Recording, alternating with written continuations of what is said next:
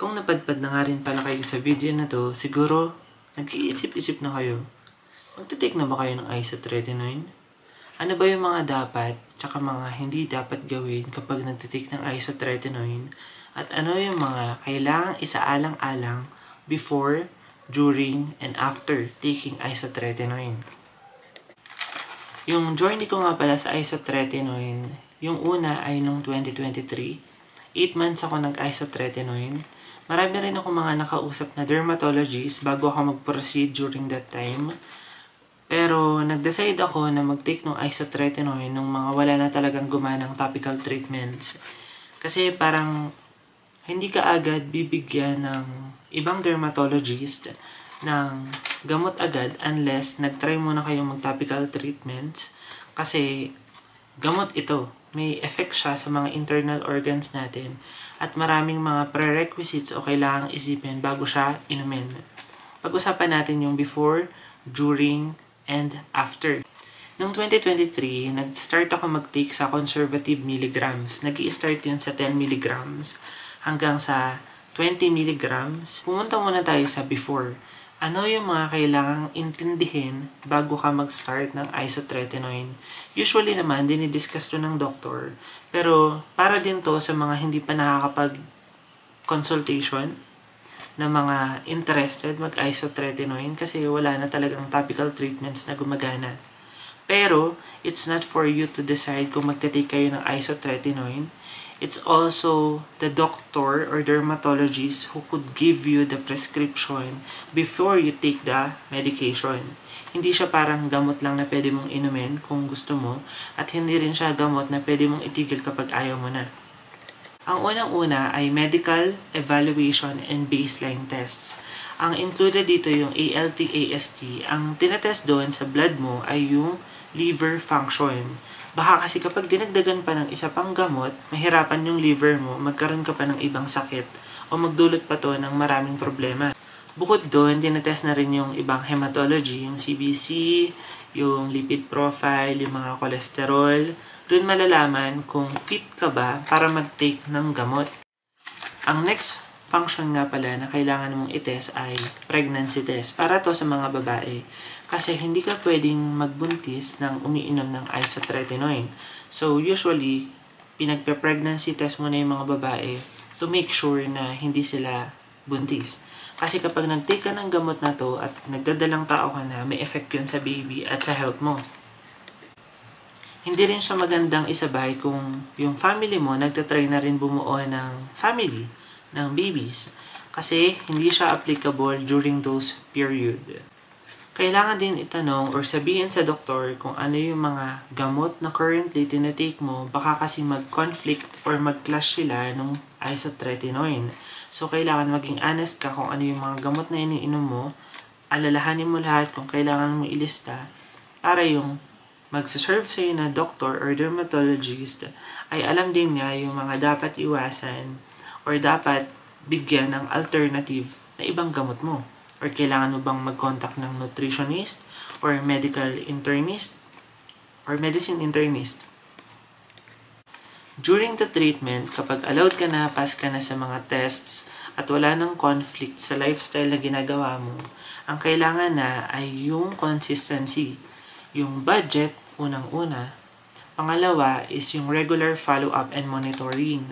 Pangatlo, yung skincare and hydration.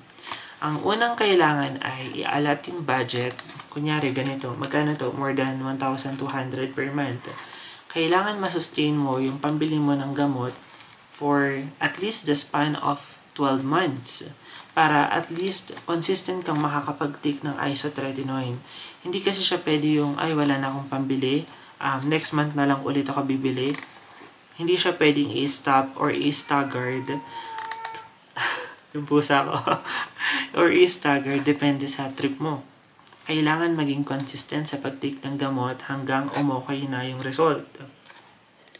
Pangalawa, yung ibang dermatologists, i-require ka na magpa-hematology or magpa-check ng dugo every month or every 2 months. Doon kasi malalaman kung nagfa-function ng maayos yung katawan mo or hindi nagre-react yung internal organs mo para doon sa health mo. Kaysa nga yung makinis ka, pero may nangyayari ng problema sa mga organs mo. Yun yung pinaka-iniiwasan. Ang next naman, siguro yung skincare. Maraming mga ingredients sa mga skincare products ay may salicylic acid. Magkakaroon siya ng conflict kapag itinuloy mo yung salicylic acid na facial cleanser mo or any other topical treatment na pwedeng maka-irritate ang skin mo. Ang gagawin kasi ng isotretinoin, ito nga pala yung function ng isotretinoin, sinishrink niya or pinapaliit niya yung mga sebaceous glands at yun yung nagkakaroon ng magandang effect para hindi nagkaklag yung mga pores natin for overly stimulated oil glands or laging oily at hindi magkaklag at hindi mabibuild yung mga bacteria. So, anong nangyari? Naging irritated yung balat natin or yung eyes natin, pwede rin, or yung lips, kasi nga, nawawala yung capability ng sebaceous glands para i-produce yung natural oil para hindi ka mag-dry. So, kailangan natin mag-invest sa mga products na katulad nito. Number 1 na hinanap ko ay Cetaphil. Pero hindi nag-react ng maganda yung skin ko sa Cetaphil, yung gentle foam cleanser nila. Kaya naghanap ako ng CeraVe. Meron na rin sa Philippines na CeraVe. Tapos, ang hinanap ko lang yung foaming cleanser for normal to oily skin. Ang maganda kasi dito sa mga products ng CeraVe, meron siyang mga moisturizing ingredients at wala siyang amoy. Fragrance-free. Hindi kasi maganda talaga ang fragrance sa mga balat na medyo sensitive. Kaya kapag nakita niyo yung fragrance-free, parang minsan indication yun na mahal yung product.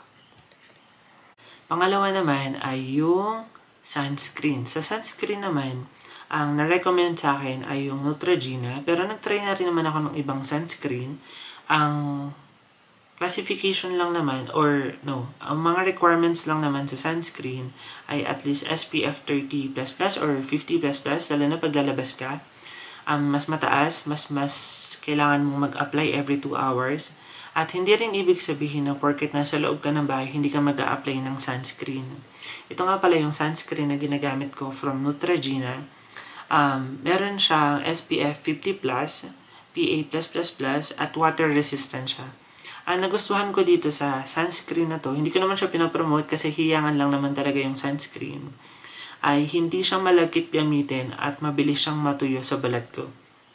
Take note, iba-iba ang reaction ng sunscreen sa mga balat natin minsan. Kaya yung iba preferred itong product na to, ito naman, preferred itong product na to. Pero take note din na may mga sunscreen ngayon na meron na ring ingredients na hindi lang sunscreen. Yung iba merong mga niacinamide na, meron ng hyaluronic, or tama ba ako ng pagkakaalala? Basta may mga kahalo na sila. I-take note nyo na lang din, kung kaya nyo sabihin lahat sa dermatologist nyo yung mga pwede na products or currently ginagamit nyo or aalisin ng mga ginagamit nyo, sabihin nyo na. Para dun pa lang malaman ng dermatologist kung alin yung dapat i-retain, alin yung dapat palitan. Ang next nga pala yung CeraVe na moisturizing lotion. Moisturizing lotion. Ito yung ginagamit ko sa mukha at sa body. Malaki na siya, pero medyo price din, 1,000 plus. Pero ito yung product na hindi ako nagbabalat habang naggagamot ako. Kasi kapag hindi ako nag-apply nito, siguro mga 3 hours, nag-flake na yung skin ko. Kaya kailangan ko na rin agad mag-apply. Meron din ako nitong mga sachet para, alam mo yun, yung travel kit. Yung kahit nasa labas ako, pwede ako mag-reapply. Pero pwede nyo naman siya ilipat sa mas maliit na container para mas portable. Ang next na product naman ay Systane Ultra. Ginagamit ko naman to kasi kapag lumalabas ako tapos medyo malamig or mahangin, sobrang dry lalo ng eyes ko. Ang effect naman talaga kasi ng isotretinoin ay limitahan yung oil glands kasi nga sinishrink na yung mga sebaceous glands. So, hindi na-lubricate yung mga body parts natin. Kaya siya na-irritate, kaya siya nagiging dry. Nagiging dry siya kasi dahil dun sa gamot. Kaya side effect siya ng gamot.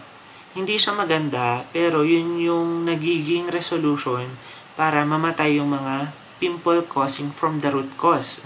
Yung pagbibuild up ng oil, pagkakaroon ng bacteria or fungi dun sa mismong spot or area na nagkakaroon ka ng acne. Etong Systane na to, pinapata ko siya siguro thrice a day, tapos 2 drops per eyes. Lang siya. Wala siya yung malamig na effect. Ito yung Sustain Ultra na ginagamit ko until now. Ginamit ko rin to nung way back 2023. Parang 200 plus naman to. Tapos, minsan, kailangan mo rin mag-invest sa sunflower lip balm. Kahit naman anong lip balm, basta nakaka-moisturize, or pwede rin petroleum jelly. Ang gusto ko lang naman dito kasi, para siyang oil. Unlike dun sa petroleum jelly na kapag nilagay mo, hindi comfortable. May effect sa akin yung ganun eh. Yung magkaiba yung texture. Kaya, na-try ko rin yung Vaseline. Pero dito pa rin talaga yung gusto ko. Ito lang yung preference ko. Don't get me wrong. Ito lang yung preference ko. Pero mas maganda nga yung gel type. Siguro kasi mas nare-retain. Unlike sa mga gantong, dito gel eh. Ano ba siya? Ito yung consistency niya. Pakita ko sa inyo. Ito. Kita niyo ba? Ayan, ganun yung consistency. Tapos, sayang. Tapos, mura lang naman din siya. And kailangan mo talaga siya kasi magka-crack yung lips mo. Tapos, pag nag-crack yung lips mo, kapag nag-smile ka, magbibitang siya tapos magdudugo. Ayaw naman natin nun. Pero ang importante talaga sa lahat ay water. Kailangan nating mag-hydrate. Kasi nga, dry na nga eh. Kailangan nating mag-hydrate internally. Tapos maganda rin yung effect ng water. Kasi nga, parang natural detox. Nakaka-detox nga ba? Oo, parang ganun. Kailangan talaga ng body. Okay, meron na tayong lotion. Meron na tayong cleanser. Meron na tayong for mata, for the eyes. Meron na rin tayong for the lips. Meron na rin tayong sunscreen. At pinaka-importante water hydration. Nandito na tayo sa isotretinoin. Ano bang oras siya magandang i-take? Usually, once a day mo lang naman siya i-take. Pero ang advice sa akin, i-take ko siya after my meal. Tinitake ko siya after brunch, Tinitake ko siya after kumain ng meal para hindi siya heavy sa stomach. Or, ang tanda ko pa nga, maganda yung effect kapag sinasabayan siya ng pagkain. Ang tanda ko naman sa glutathione, maganda siyang i-take ng empty stomach. Parang ganun. Parang may ganun eh. Itong isotretinoin, maganda siya i-take after the first meal or second meal. Kapag katulad ko, breakfast and lunch magkasama na, after brunch, i-take mo na siya agad. Bago kong makalimutan, ito nga pala yung laboratory request na binigay sa akin ng bago kong dermatologist dito sa Baguio City. Sa EDESA ako nagpapaderma. Tapos, ang laboratory request ay cholesterol, triglyceride, HDL, LDL, CBC, platelet count, SGOT, SGPT for liver. And kapag na-prove mo na okay ka na mag-take, yun na yun. I-send mo na sa kanila. Bibigyan ka na nila ng go signal para bumili ng gamot or nagtitinda rin naman sila ng gamot. Pwede ka sa kanila bumili. Yung last piece of advice ko lang is makinig tayo sa dermatologist. Mas marami silang experience at alam at sundin yung mga binibigay nilang instructions.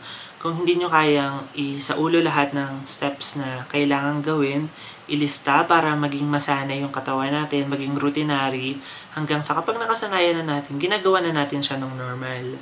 Tapos, magtiwala tayo dun sa process. Kasi yung una o 2 buwan, nagkakaroon talaga ng purging. Yung purging, normal yun. I-explain din sa inyo ng dermatologist nyo. Yung purging kasi, kaya siya nagpa-purging kasi nilalabas ng katawan or ng mga pores or sebaceous gland yung mga natitira or mga excessive oils kasi nga nagsishrink siya. Kapag nagsishrink siya, isipin nyo nagpipigami lumalabas. Parang ganun yung analogy nun. Kaya trust the process, trust your doctor, and if you're still in doubt, consult another dermatologist. But make sure that you're also doing your part. You're being responsible for your own body. Ayun lang. Bye-bye.